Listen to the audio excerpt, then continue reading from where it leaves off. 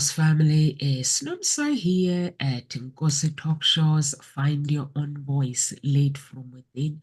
With me today, I have Shireen and Dr. Bigot. How are you, ladies? We're good, thank you, Nomsa. And you? I'm very well, thank you. So, our Wonderful. top, Dr. Bigot, are you okay? Yes, thank you. I'm doing great. And you? I'm very well, thank you. So, our topic today is Locking in Love, the guide to sustain a relationship.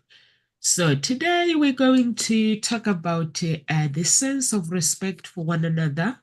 Your spouse ought to be able to give you the same respect he wants from you. So, this is honor. This is honor for your identity, for your inner quality, personality, your humor, or your uncanny way you laugh. So, what do you think about the topic, Shireen? And also trust one another as well is included there. Mm-hmm. So, what do you Yeah. think about the topic? What do I think about the topic? Certainly Yeah. a very important topic to pay attention to, particularly if we want to stay in love with someone, right? I mean, the idea of locking in love it's an interesting analogy, that we're going to lock love in and it's going to be held fast. But actually, I think love is like an evolving situation. Love is always something, love in action. So that's what evolve is, energy and love. They are evolve. You have to have love in action. Love is not just a thing, it's a doing thing. And so I think it's really important for people to understand that, one, we've got to learn how to understand ourselves, so our self-love, because if we don't love ourselves, there's no way we can possibly love another in a way they need to be loved. And we have to put in the work. We have to put in the work. We have to be willing to realize that we've got to be constantly evolving in our relationship with this person that is there. And we have to be able to be flexible enough to be able to shift and to pivot in the ways that we may need to. So I think when we talk about locking in love, the only guarantee we have is the idea that by having a relationship which is very much in flow, we're more likely to be able to love and move along with them and they with us, than opposed to something that's locked in and boundaried in this form. Although boundaries are important, we need to have boundaries. So yeah, I while I was just listening to that, I was and thinking about the topic. There's so many things that we're going to be able to talk about, but that the real idea of what a guide is really for people to understand this is about something that's going to be an evolving process the whole time, because as we age, love ages in a different way, and so recognizing that love is never fixed. It is always in flow. So that's what jumped up for me with the topic before we go into any guide. But, for me, that was what was always on the top of my head. Birgit, how is you? What do you think? I love what you said, Shireen, that love is always evolving, which is, to me personally, that's very true. But I would invite anybody who is interested in this and interested being able to always be in love and so forth, to firstly ask, what is love for you? If you ask what is love to about 100 people, they give us different answer, or people give you different answer. What is their definitions of love? And furthermore, what is your definition of love, or how does it feel? What is your definition of love? How does it feel that if you were to be loved in certain situations, because people's definition of love in general is different, but also even more in specific situations, everybody different. I work as a grief specialist. I've worked with a lot of twins, even identical twins, and their definitions of what love is and what make them happy and what make them angry. And these are identical twins that look identical, are different. So everybody has very different opinion. If you don't know what love is to you, or you don't know what feel love is for you and what's important about it, then we can talk about all the different things on how to accomplish it and how to maintain it and how to keep it going. It will be like a ship with no destination. You got the ship, you got the tour, you even have the map. Firstly, if your definition of love is different, we might be giving you a wrong map. But even if you got the correct map, it will be like you got a map of the United States, for instance. and you'll be like, okay, well, it's a big map. But if you want to go to New York from Los Angeles versus you want to go to Florida from Los Angeles, if you ever seen the sheer sides of United States, it's very different. You're still going east in either case. If you're from Los Angeles, you're still going east, but one is northeast or diagonal like that. The other one is southeast. It's very different. So what is love for you? And what is being loved, being in the love that you would love looks like and feels like, even more importantly to you. What about you, Numsa? What is your thought? Love, love, love, love. The subject love. I think for me, love starts with you. If you don't have that love within yourself, you wouldn't be able to share it, love with somebody else. You wouldn't be able to understand the guide of love, because if you understand that if you love somebody, you love yourself, you got to communicate with yourself, you got to trust yourself. All these things that when we talk about trust in a relationship, they all starts with you. When we talk about communications, it's all starting with you being able to communicate openly and honest about yourself.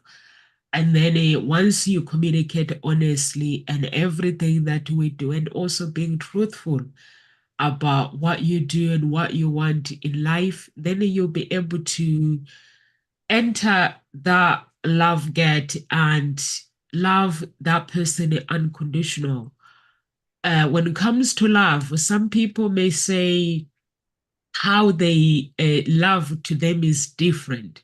But everything, for me, everything comes down to one thing, whether we say it's different or it's not. If love is not there, it's not going to work. There's this thing where it says a healthy relationship and an unhealthy relationship. So if a healthy relationship is healthy, like Shireen, I like the way you always talk about your spouse, how when you guys met, and how you were able to recognize your own mistakes, and then you were like welcoming him into your life and give him that home love to say this is Sharina's environment, and you're welcome to feel at home. And Dr. Biggett as well, your story is the same. You're all in different places, but the way you tell your story is the same. So for me, love starts with you. Everything starts with you. And I just want to ask Kamal, Shireen, what makes a relationship unhealthy? Everything that we mentioned, but now we need to talk about what makes a relationship unhealthy.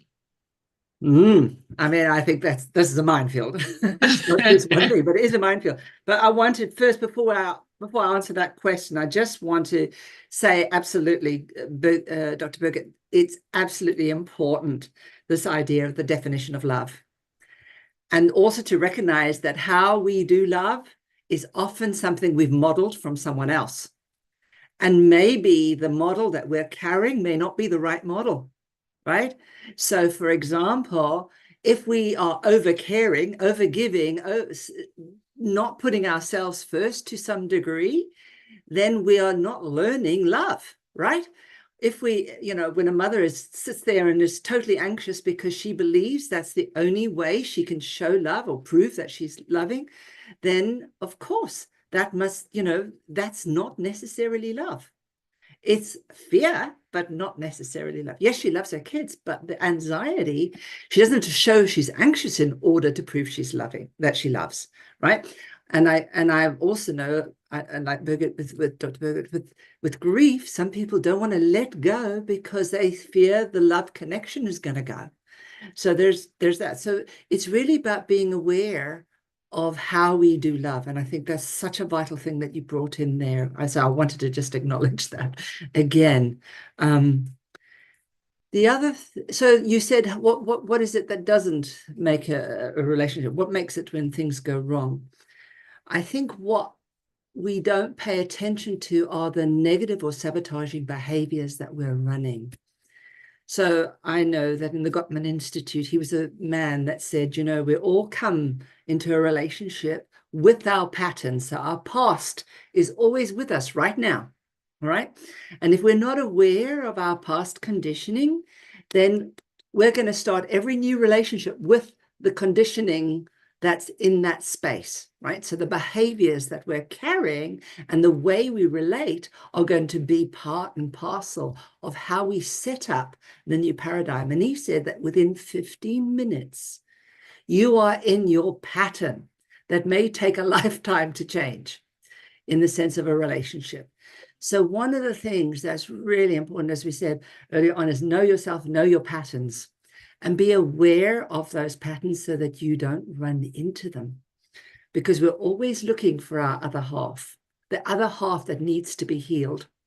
And we often don't realize that that's the part we have to heal in ourselves. We want someone else to fix. So when we notice things are wrong, what he talks about is the 4 horses of the apocalypse. The idea when we start, I don't know whether, when we're in a relationship, when we start a loving relationship, often what happens, we are so lovey-dovey that we're almost our best self.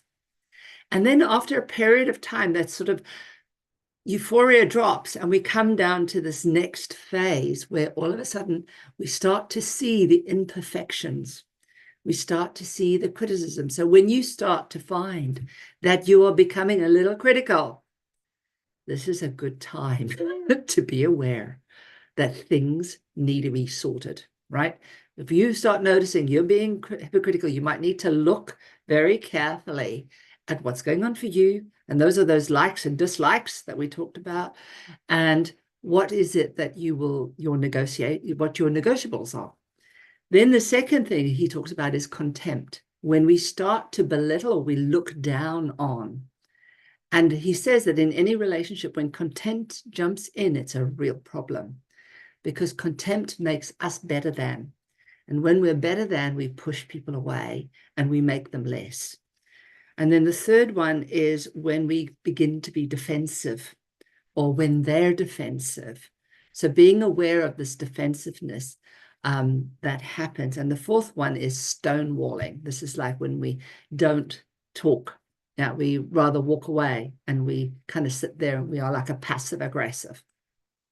It's these kinds of things we need to notice when we're doing these kinds of behaviors, which are very sabotaging, but very damaging behaviors, so that we can make sure that we put in behaviors that are going to stop that, or make sure that we heal that rift very quickly.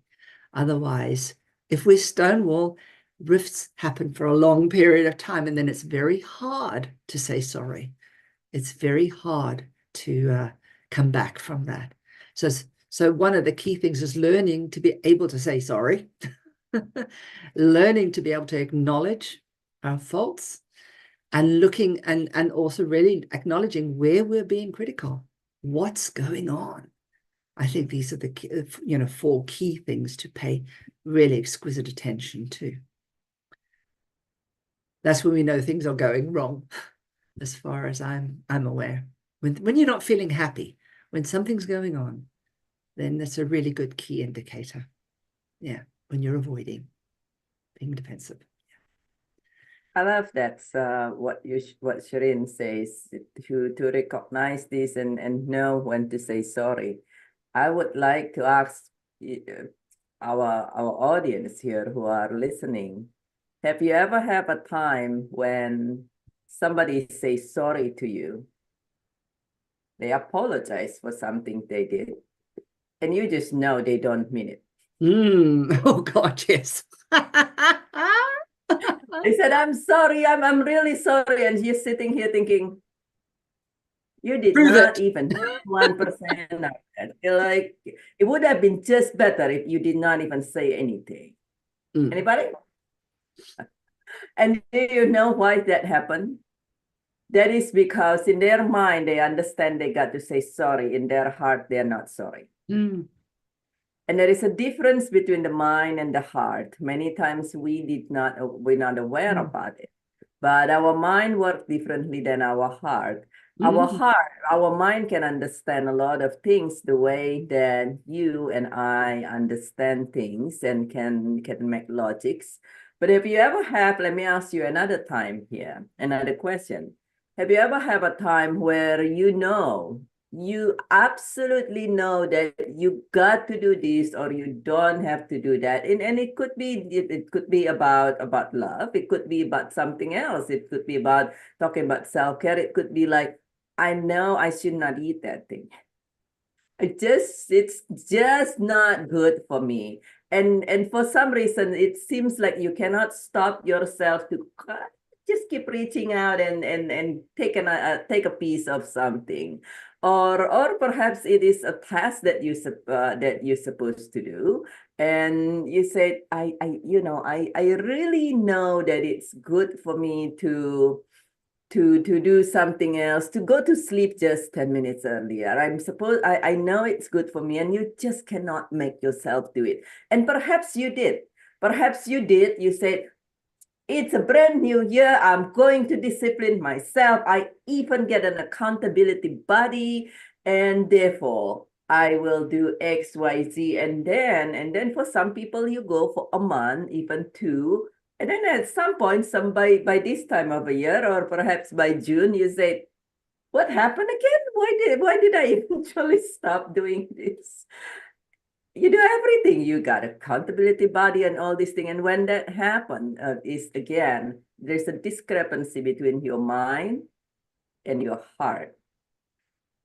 And love, if you've ever loved somebody, you really, really love, bring into your life right now somebody whom you really, really love. Now, it could be a person, it could be your child, it could be your significant other. If you have a very strong self-love, perhaps an image of you, but bring into your mind and your heart, it could also be a pet. It could be your cat, your dog. It could be somebody who is still here with you. It could be somebody who has moved forward.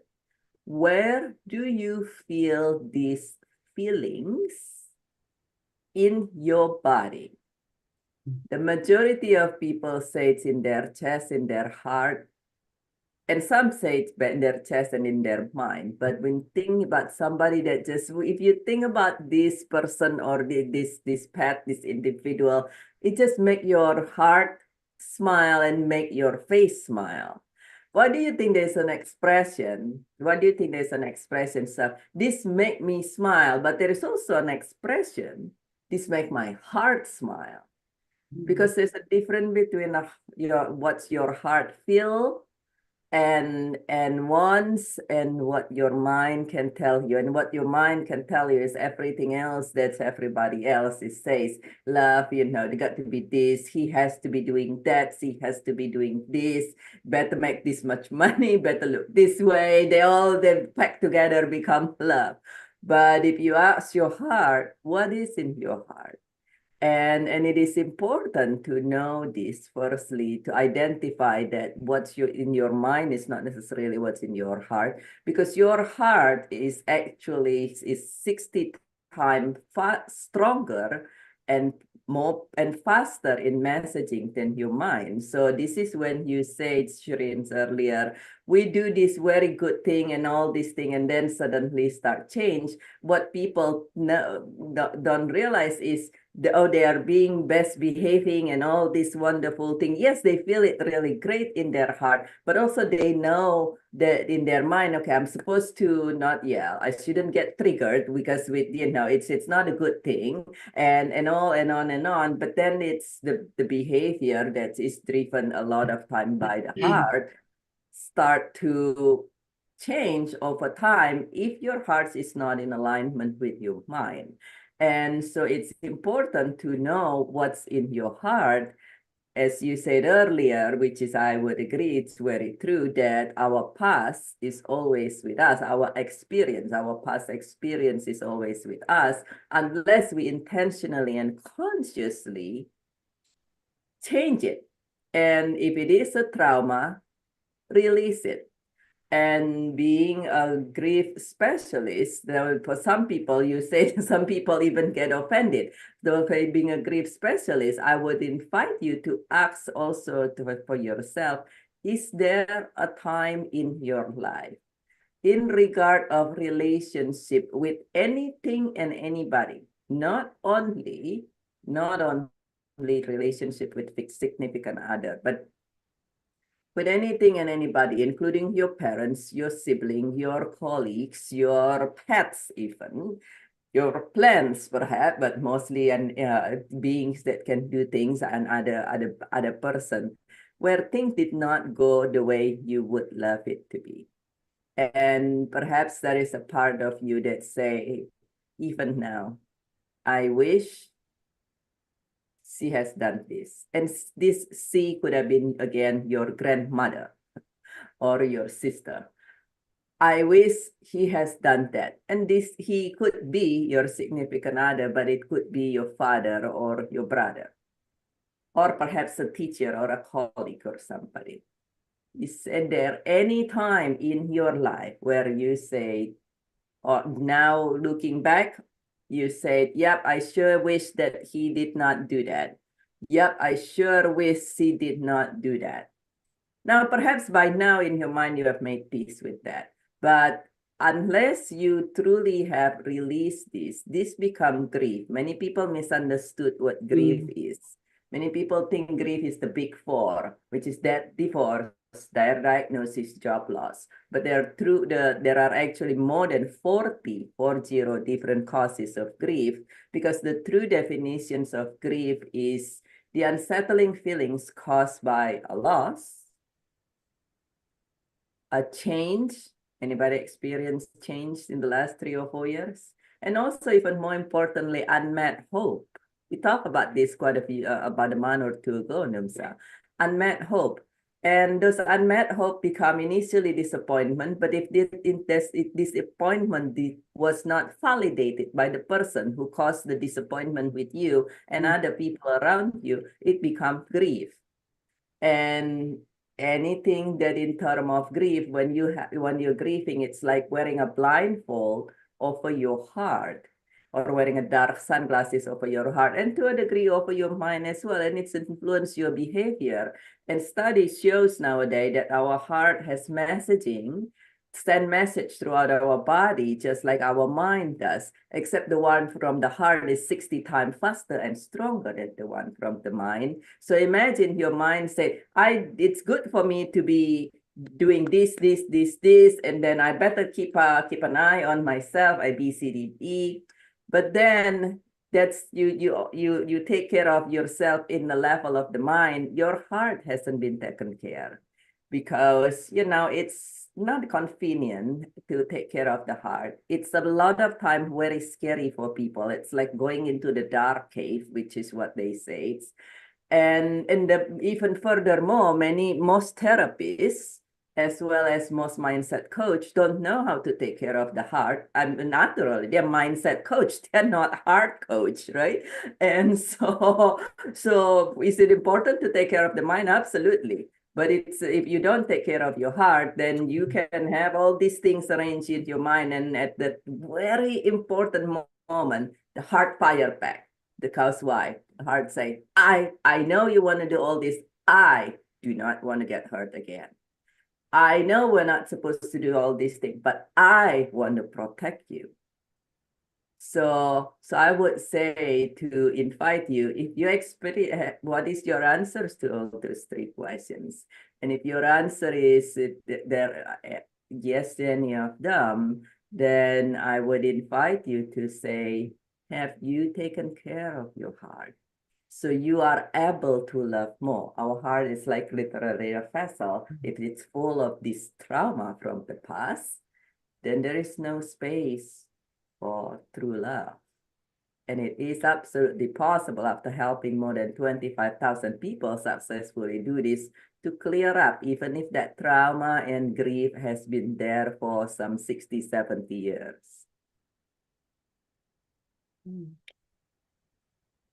I love that, Dr. Biget. I love it when you say when somebody says sorry and they don't mean it. Mostly it's the men's language is them who they like to shut women up. They're like, wow, women talk in their head because they've dated women that talk. So when they start dating somebody, they don't realize that these people are individual, they're going to be different. So to them, women talk. I used to see that with my friends. They'll be like, oh, when I'm trying to talk to my spouse, they don't listen to me. And then I was like, have you ever like tried to talk to them for them to realize that you are actually different from whoever they've dated? And it does work when the man actually realizes that I'm dating a different woman and not the woman that I dated long time ago. And sometimes men class us all women that we like to talk about everything. But that's not the case. Us women are very intelligent. If a man can understand what he's dating, women are intelligent. I always say to my clients, never make a promise to a woman and say, we'll get married next year, because that woman will hold you accountable for that. They will never forget anything you say to a woman that we don't forget. They don't even write it down. They will go and tell you what you said 2 years ago or 3 years ago. We don't write things down, but when things go wrong, that mind will start coming back. So I always say, don't say things that you cannot do, make promises that you cannot do as a man.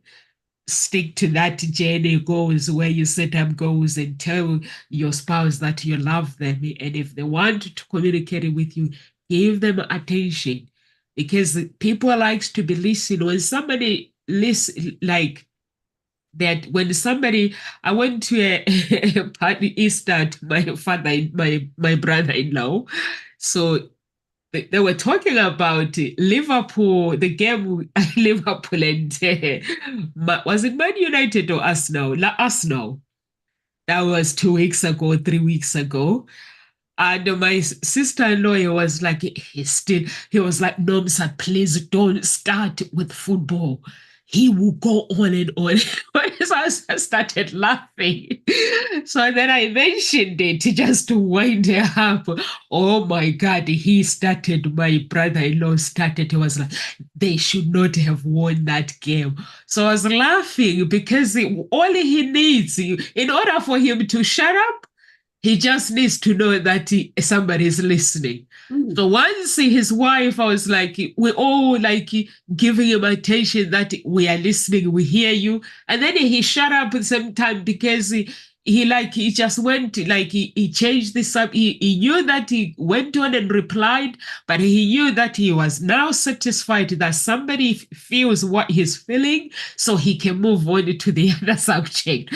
So I realized to my sister-in-law, I was like, the reason why he keeps going on is because he feels that he just wants somebody to tell him that I feel your pain.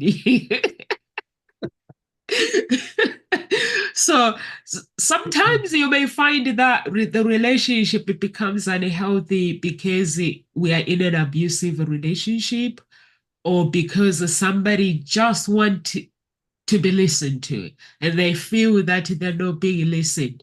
And if you don't, like Dr. Biggett said, you say sorry and you don't mean it, that person can feel it. And also, you mentioned admit hope. When some people enter a relationship, they have these expectations, they have this hope that the things they hope to achieve in a relationship, they actually invest on the other person, which is wrong. And I like it, Sharina, when you said we're overcaring, overgiving, and you said defensive, we become defensive, and we don't talk to each other. We rather walk away. I personally, I don't like somebody when I'm talking to somebody. I don't like it when they walk away from me, because it means that they're being disrespectful. So I like somebody when I'm expressing how I'm feeling, for them to listen, to just take time and listen. And at the same time, I'm not making them wrong. I'm not making myself wrong, but I'm expressing my feelings. This is important for me to express. Yeah. And also the controlling part, where a relationship, somebody start controlling, that can affect a relationship, or abusive relationship, that can affect a relationship, or simply when somebody is holding unforgiveness. Sharina, you mentioned the fear as well, and we're gonna get into fear. All these things, they do affect relationship.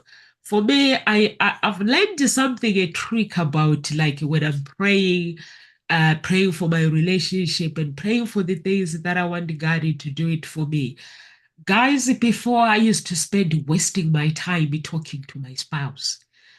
And then I realized, actually, when you start praying, you start meditating, you know, this thing where it says manifestation, you can actually manifest and pray for your relationship, to actually not to have drama, not just for somebody, you know, like when you manifest the energy that you manifest, or the prayer, is actually, it helps the other person. I don't do the talking anymore. I just pray and fast, and every problem that I have, I just say to God, this is my problem. Can you search it through, whether is it me that is a problem, or if my spouse, there's something that they struggle with, could you please enter their heart and just help them through, give them strength, raise awareness of how our relationship should be like. I don't do the talking, and God does the doing for me. I don't do the talking, but I don't do that in a way of controlling somebody. That is, when you do that to control a human being, that causes strain. It causes that person, it takes away their identity. So never ever meditate for somebody to like to control. I meditate for his vision to come to pass about our relationship, his goals. I meditate for our relationship to come to pass.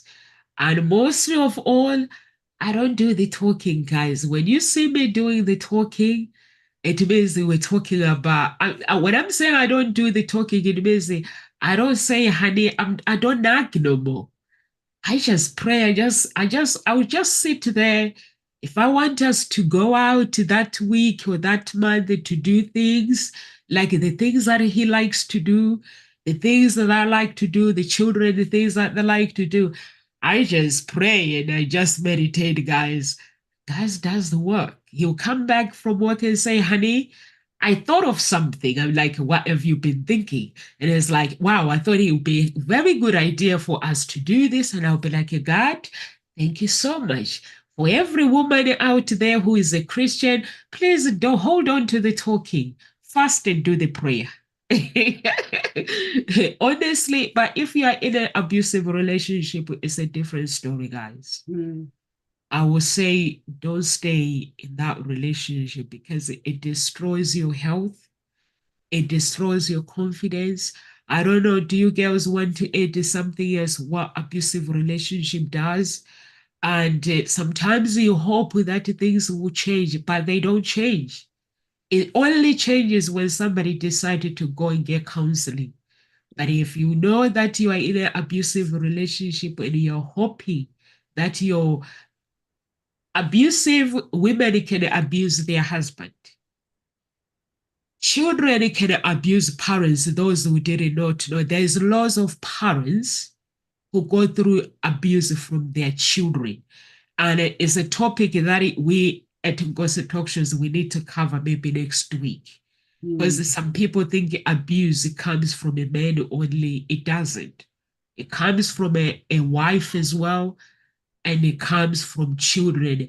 Actually, children abusing their parents, mom and dad, in a way that they end up going for counseling. So over to you, Shireen or Dr. Bigot. Well, there's so much there, isn't there? You've jumped into so many topics there, Nomsa. I don't know which one to start with. Okay, one of the things which are just to kind of really reinforce and to acknowledge, Dr. Bigot, is really about that idea that we have these two channels, right? We have a data channel, a channel that's just in our thought, and we have a heart channel, an emotional channel. And our emotional channel is all about our survival. And it's the one that's much faster. And as you said, the heart is a much faster channel, but it's also our greatest gift. When we listen with an open heart, we get to know what to do, because actually that's where our God sits, right? In our heart. So we've got to think about, what would my heart or what would love want me to do? So, and if we start to think like that, we will know the first point is always kindness. Even if we're going to reprimand someone, we need to do it from a point of kindness, from a point of gentleness, from a place where we would be doing it from love rather than anything else. Not because of our saboteurs, not because we're frustrated, not because of any of those kinds of things. So I love it, Nomsa, when you said something, which was, I go and pray. As a neuroscientist, that's music to my ears, because basically going and praying is taking us back to our source, right? It's taking us, and our brain starts to regulate differently. Our heart comes into synchronicity, and our heart and mind come into alignment. That's what it is. That's what prayer does. And then when you're praying for other so that they can become the best that they can be in whatever that is, then we're praying for them to become more, right?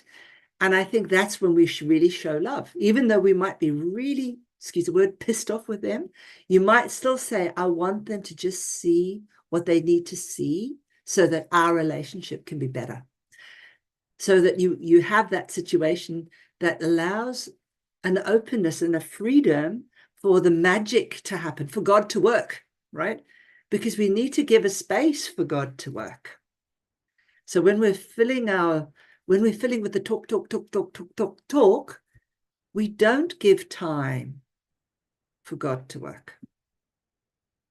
And I think I loved that you said something that's so important, Nomsa, about the man with the football. He needed to just be heard. He just needed to feel his inner child was just saying, for God's sake, just listen to my pain. I'm crying because my team lost, right? I had someone that I laughed like hell at, at the hospital, because I said, why are you here with your foot? What's happened to your foot? He said, I kicked the door. And I just went, oh my God, how stupid can you be? But I kind of looked at him and I said, I think that only a man can do that. Because I can't understand that. Why would you hurt yourself? But I sat there and I laughed, and I could see he was really hurt. And I said, look, I'm really sorry. I'm really sorry. I'm laughing at your misfortune. And I know that this wasn't intentional, that you kicked the door. But, maybe next time, can you think about another way of maybe hitting air, if you can, rather than kicking a door? Do you need to have impact in order to resolve the feeling that's going crazy? So yeah, I think that those are the things that are really important. One, I think never underestimate the value of acknowledgement. Like Dr. Bigot said over there, when we talk about the unmet hopes, that I wish, right? is such a guideline, isn't it? I wish is automatically taking you into what we would call saboteur mode. It's really about acknowledging that past that is there and just listening to it and just really fully and being empathic with what's going on, because people often don't want to do anything to fix it. They just need to be heard. And the moment they're heard and not made a fool of and not being criticized or you should get over this, is the moment they start to heal, because they're now being held in a loving embrace for anyone. Because we have to do love, not just for ourselves, but for everyone. So by doing that, we build that love muscle, which is so, so very important. I think when it comes to coercive kinds of relationships, very often we're not even aware of it. We're not aware of it. There are a lot of relationships where they become estranged from their family because the coercive person is creating that. And yes, and sadly, it is more men than women, because women, actually, we go for the connection. Generally, we will forsake ourselves for the connection very often. And that's how we've been kind of evolved to some degree. But that doesn't mean to be that that's the default setting. We need to be able to go into a different setting. I think what's really important is when we are in those kind of situations is, how do you feel? When this person is saying this to you, how do you feel? And just keep going back to the feeling. Remember, God sits inside you. And if God's rebelling and saying, no, no, no, no, no, no, no, no, then that's your key indicator. What this person is doing is wrong. And this person is hurting you. And then it's really about sitting with that. And it may take a while until it's strong enough for you to really see, I've got to do something about it. Often it has to be, so something has to trigger in order for us to do that if we're in that kind of situation, because a lot of coercive relationships, it's just slow erodement. It's a slow eroding of your self-conscious, of your ego, not your ego, but your sense of self-esteem, your sense of self-worth, your sense of self-value, all of those things, the slow eroding that you think your mind's going a bit mad. But the one indicator that's always the truth is the feeling. If you feel bad, if you feel awful, if you feel less than, and someone is doing that in the way they talk to you, then listen and hear me well. You need to go and speak to someone. You need to find someone, because that's not love. Love is expansive. You should feel uplifted. You should feel that the world is bright. And you should feel that you can cope with anything, because this person is supporting you and will stand for you and will do whatever they can to make sure that you're successful. That's love. I love that when you, I love when you say when you feel, and that is the key of things. With love and with your heart, you feel things. It's not you think. Sometimes you ask people, what do you feel? And they sit there thinking. I'm like, if you truly tune into your heart, including love, you don't have to think about it. Have you ever have this time when you just feel it? You are able, you look at a flower, or you look at a puppy or a kitten or a person, and you feel it. And sometimes it's even perhaps in your mind, it does not make sense why you would love something. Or the other end of love is you really dislike or despise something, and it could be something that is beautiful, something that is a really cute something, and you just like, I can't.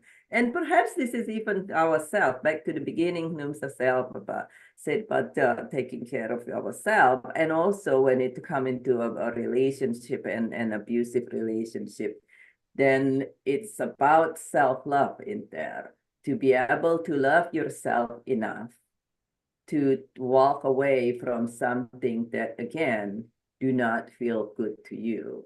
If you ever love somebody, truly love somebody, whether it is a pet or a person, you would want the persons to be happy, but to also be free in the truth. Now, there are many people mixing up love with a lot of different things. So a mother loves their child, but even with a mother who loves their child and would love their children to be doing A, B, C, and X, Y, Z, such that they become successful, at the bottom of that, the mother want the child to be happy and free. Then there might be, because of society, be influenced by, oh, you know what, if you don't become a doctor, then you're not going to be successful, and they'll be upset and all these things. But if you truly love somebody unconditionally, looking at a mother who love a baby before all this expectation come, somebody who love a pet, and not having 15 different expectations on that individual, and perhaps it's yourself doing the same, you notice that you want the other person to be happy and to feel fully happy and to be feeling free of any pain. So if you are in a situations where whomever you feel is there to love you, but on the other hand, the person does not make you feel to be fully happy, but even more importantly, does not make you feel free in your heart, because perhaps this person make you happy, well, you know, because it's providing you with the house, the car, the jewelry and the clothing and and your mind tell you these are good things, you know. Gotta be thankful here. We didn't have any of this. These are very good. These are who knows, we will ever be on vacations on a private jet, for instance. So you are, yes, we can make ourselves happy thinking all these things or for a short time. But do you feel free as well about this? Do you feel free as well about everything that's going on truly in your heart? And so that is something that if you are in a situation where you're constantly not feeling truly free, not just happy, but truly free, then you want to love and value yourself enough to be able to allow yourself to be in a situations where every human being and pet, really, any living being to deserve to be in, which is to be able to be free to be yourself, to be free to say what you feel, to be free to be who you are. And if you feel unsafe to be that way, then like Shireen says, it is time to walk away, to talk to somebody who's able to help you. And sometimes we want to start with ourselves, because sometimes though, where there are situations where you notice that it doesn't matter where you go, some of us might have this, doesn't matter where you go, you don't feel free. Doesn't matter who you are with, you do not feel free. And that's in that situations, you really want to speak with somebody who is an expert in helping you free your heart, because we know that grief is cumulative and cumulatively destructive. Earlier I said it does not have necessarily to be a relationship with your own significant other. It could be your relationship with your grandparents. It could even be something that you witness between your grandparents. And nowadays we know that sometimes if you just don't feel quite right in your body or in your cell or in your beingness, there is something, this is very fast studies show this. So it's things shown by study, something called transgenerational trauma or transgenerational grief. The person who experienced this might be somebody you've never even met, like your great-grandparents.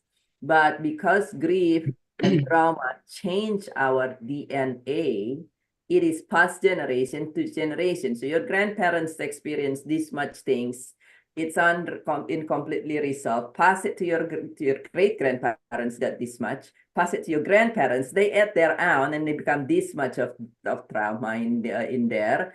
And then your grandma pass it to your grandparents. Your grandparents add it to your parents. Now it's become this much of trauma in your, and then your own life experience. And before you know it, by now people has this huge long list of trauma that you didn't even know.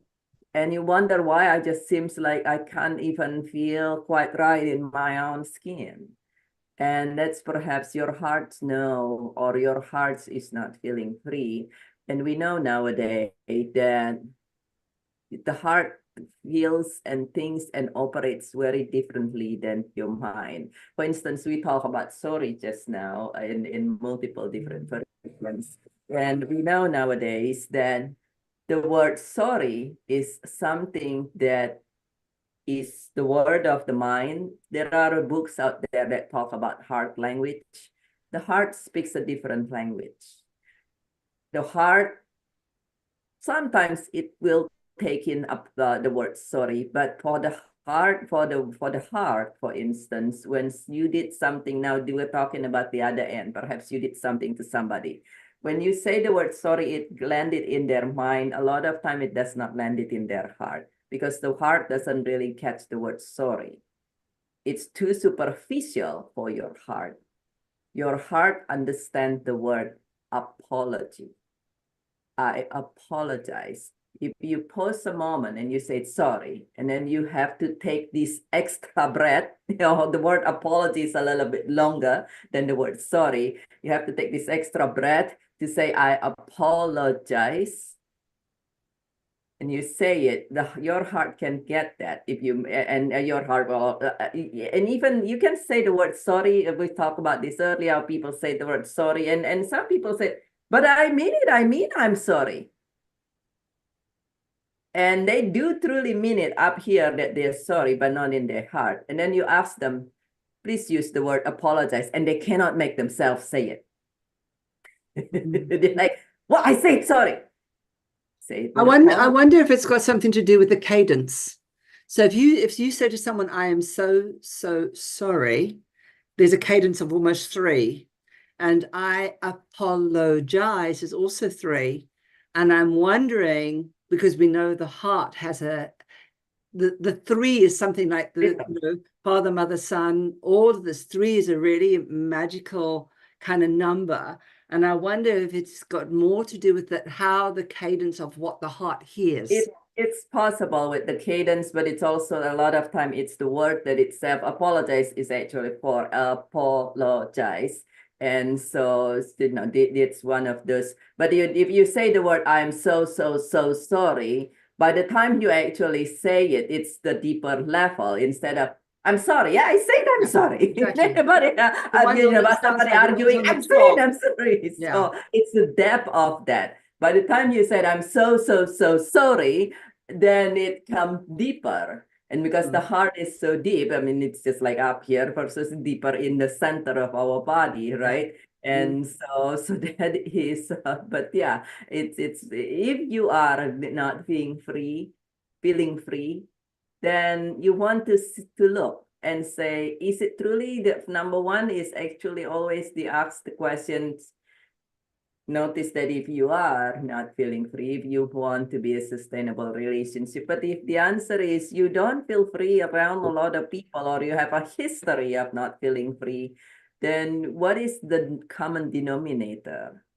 And perhaps allow your heart to be free first, because nobody else can free it beside you. You can help professional helps you with care and patience and love to able to help you free your heart. At the end of the day, there's one person who can truly free your heart, and that is you. I love that. that was amazing, Dr. Biget, where you talk about trauma, and the trauma from our generation can actually affect us in a relationship. if it's not dealt with. That's why it's very, very important to actually make sure that we deal with our own lives, because we may expect other people to fulfill our desires, but if we ourselves are not fulfilled within, then it may affect our lives and it may affect our relationship. I've worked that dealing with the generational trauma and looking at my grandparents, the life that they've lived. My grandparents divorced, and both on my daddy's side and my mom's side, my parents divorced. Both on my mom's side, both my mom and dad both divorced, and that can actually be a generational cycle. So I have had to actually break the cycle of like mother like daughter, like mother like father like daughter, because I don't want that in my children's life. I don't want that in my grandchildren. And also the trauma that they went through. I remember when I was like, every time I pray and fast, and if I focus on removing something, I've realized that every anger that I have held, or somehow, or the disappointment that I have had to go through, I've locked a part of me in that place. And the minute I go through that healing, I unlock, the part of me comes back, and I start like feeling like even the people that I meet in person, even in church, they can tell that, Nomsa, you are different. The day when I removed my soul, where I locked in, I did share the story one day that I witnessed one of my my uncle's friend was killing somebody, and because I think I was 16 or 18. And I've never talked to somebody about that, seeing the police coming into the building and this person will live with him and now is pointing somebody in the head with a gun in South Africa. And I've never talked about it, but because I protected those feelings, part of me was locked up. And then in the minute I started going back and start healing, it feels like I'm bringing back my energy. So if you didn't know, you will actually crucify somebody else with your own issues. So for me, it's like going through healing, and I see that it works when you go through your own healing. And also, Shireen, you mentioned something really important, that getting in touch with your own feelings. And it's very, very important when we get in touch with our own emotions, because our emotions are associated with other people, and it gives meaning meaning to life. So if our feelings are disconnected, that means that foundation is going to be affected with other people, the relationship that we have. So it's very, very important to actually command our emotions to be actually connected to us, so we can think clearly, creatively, and we can manage stress, the challenges that come our way. And it's very, very important for us to do that, because if we are not thinking clearly and we are not managing our emotions, we can easily take the stress to somebody else. So it's very, very important. I'm not in a perfect relationship, because there is no such thing that is perfect, but I can tell you, I do not do drama in a relationship. Honestly, I don't do drama. If my spouse comes to me and say, "No, sir, I'm not happy with this," all I do is I sit down and listen. And in the mind of, how can I serve you better? So I'm like, how can I serve you better so you can be happy? And I also explain to my feelings how that person can serve me better as well, because it's not one-sided, it's both-sided. So it's all that. But when you're in a relationship, guys, try to keep it simple. People complicate a relationship by going on social media, They compare their relationship, like Shireen has been on holiday. Thank you, Shireen, for sharing your holiday pictures with your spouse. You know, if I'm watching Shireen, instead of celebrating Shireen, I'll start comparing my spouse and be like, Shireen is on holiday. Why can't we be on holiday? See, Shireen is different. We complicate things. Me, I like my relationship to be very, very simple, very, very simple. Uh, if I can't do something in a relationship, I can't do it. Or if we cannot go on a holiday that year, we can't go on a holiday. I'm not going to go on social media and start comparing my life or go for coffee with my friends and start comparing my spouse. What I have learned since I got into personal development and since I decided to truly, truly understand what God is, I don't really backstab my spouse. I don't talk about my spouse in a bad way. If I have something that I feel that is not fulfilling me, I've got to speak to the manufacturer, which is him. I've got to let him know. I will never go to a friend and say, you know what, he is annoying. And I find it keeps my life very, very simple. If I'm annoyed, if I want to scream and shout, he is the perfect person for me to scream at and shout at. But unfortunately, I do not scream, I shout because I have learned, like when I'm fasting, I've got to, like the anger in my life, I've got to get rid of it. Even when I'm annoyed, I do this. I bless you. I'll be like in my heart, I just want to scream, but something tells me, Nomsa, calm down. Then I will just calm myself down. And my daughter actually said this the other day. I said to her, you need to clean your room. You need to decide to clean your room. I don't need to tell you to clean your room all the time. She goes, I was like, your dad, you clean your room anytime without him reminding you. She goes, Mommy, that's where you don't understand. You and my daddy are different. You accept people for who they are. You accept me with my mistake, my failures, but my daddy wants everything to be perfect. So that's where you guys are different. So I just looked at it, I was like, oh, okay, I better shut up then. Honestly, Shireen, and then in that, and then she left, and then it made me That's how realize she's actually, found you. yeah, it made me realize that actually our children can see who we are, and the people around us can see who we are. And it's very, very important to live in the life just to please us, not somebody else. I've used to live a life where I have to be seen doing something. I have to be this, I have to be that. I just got rid of that rubbish. I just live a simple life. And it is very simple to my children. It's very simple to my spouse. That's the life that I live. If I'm screaming at my spouse. If I'm quiet, I'm quiet. That's the life that I live. So, guys, I leave you guys with this. Just find it that when you're in a relationship, if you're in a relationship where you feel that your spouse is not listening to you, or if you are a Christian, please stop talking, get to the Bible, tell God what you want Him to do in your relationship, and fast.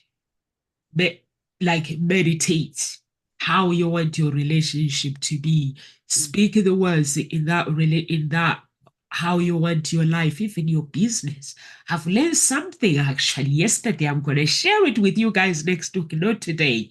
So every day I'm learning something. So just if you're in a relationship, the power of gratitude, it takes you, it changes everything in a relationship when you are grateful for your spouse that they're in your life.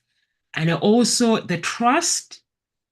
I always say to my uh, clients, the minute you start not trusting your spouse, whether they love you or they don't, they are with you for a reason because they choose to be with you. So for those reasons, they love you and they trust you. But if by any way you're feeling that insecurity, speak to them.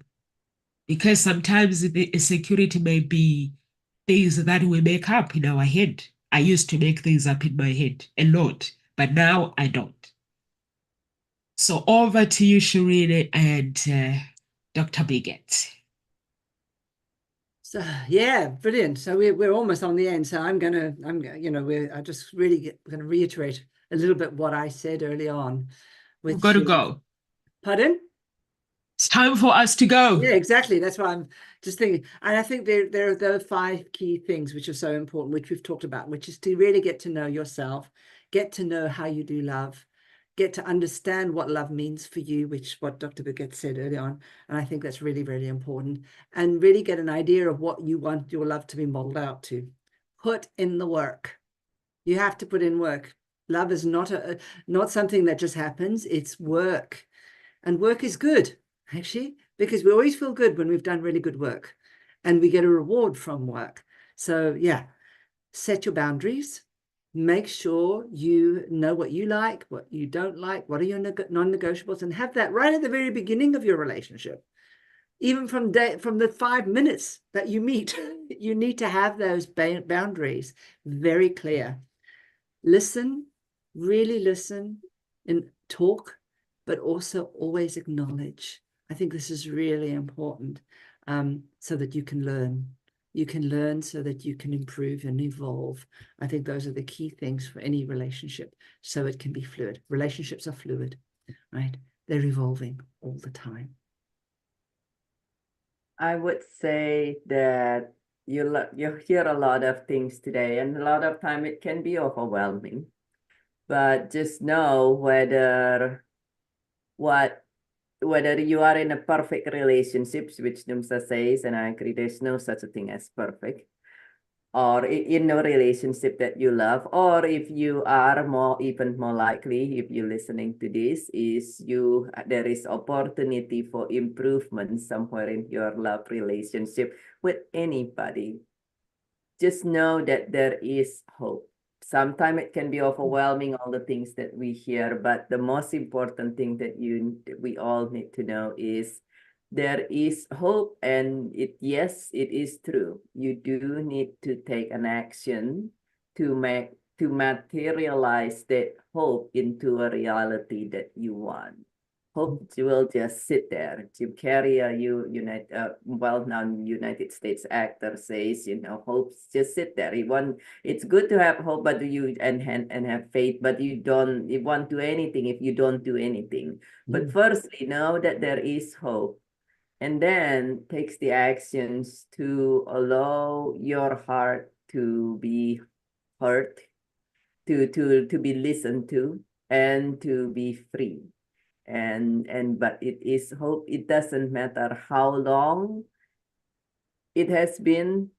It does not matter how many times have you been hurt, how many generations it has been. I have worked with people who we know eventually, after speaking with their parents or grandparents, way back from great-grandparents and beyond, it is absolutely still possible to release all those trauma if you are not free with yourself. That will be the first place, and know that there is hope. It doesn't matter what has happened and how long it has been. It does take action. So take the next action to materialize what you hope for and what you love into reality. So much, Dr. Biggett, and thank you so much, guys, from LinkedIn, Facebook, and Twitter, Instagram. And please, guys, it's a nice conversation when Gossip Talk shows are talking and then you guys are getting into the conversation. You just type. You don't have to just sit there. And we appreciate you guys. And please do, if you want to follow us, please subscribe to our channel on YouTube. And then on Facebook as well, LinkedIn, follow us. You can follow us on our both channels. If you're following us on one channel, please try to follow us on every channel so we can be part of family. And please, if you want to find love at Hope Spring Eternal Introduction Agency, please do go to the website and sign up for a relationship. Actually, today I was so impressed. I had a 92-year-old client. Wow. Yeah, so impressed that somebody really can see that they are feeling lonely and they don't really want to be lonely. So yeah, please do register if you're looking for love. And if you're looking for just the coaching, please do register for coaching. Like I said before, if you're looking for love, the process is very simple and is very, very safe. We get to meet you in person. If we are working with you, you get to meet all these ladies, some of them. So if depending with which membership you go for, some membership you work with one matchmaker or two. So you get to meet, mostly me, you get to meet me. If you register with my company, I get to work with you straight away. And I get to meet you. And then most of all, I get to go on a date with you, on a mini date with you. This is where I'm just snooping around without you knowing what I'm doing. I'm just looking at because how you behave with me is how you're going to behave with the girl that I introduce you to, or the man that I introduce you to. So for me, I'm just there observing everything. Do you communicate? Do you ask the right questions? Because if you're going to work with me and if you have paid me money, you're going to ask me questions. You've got to be free.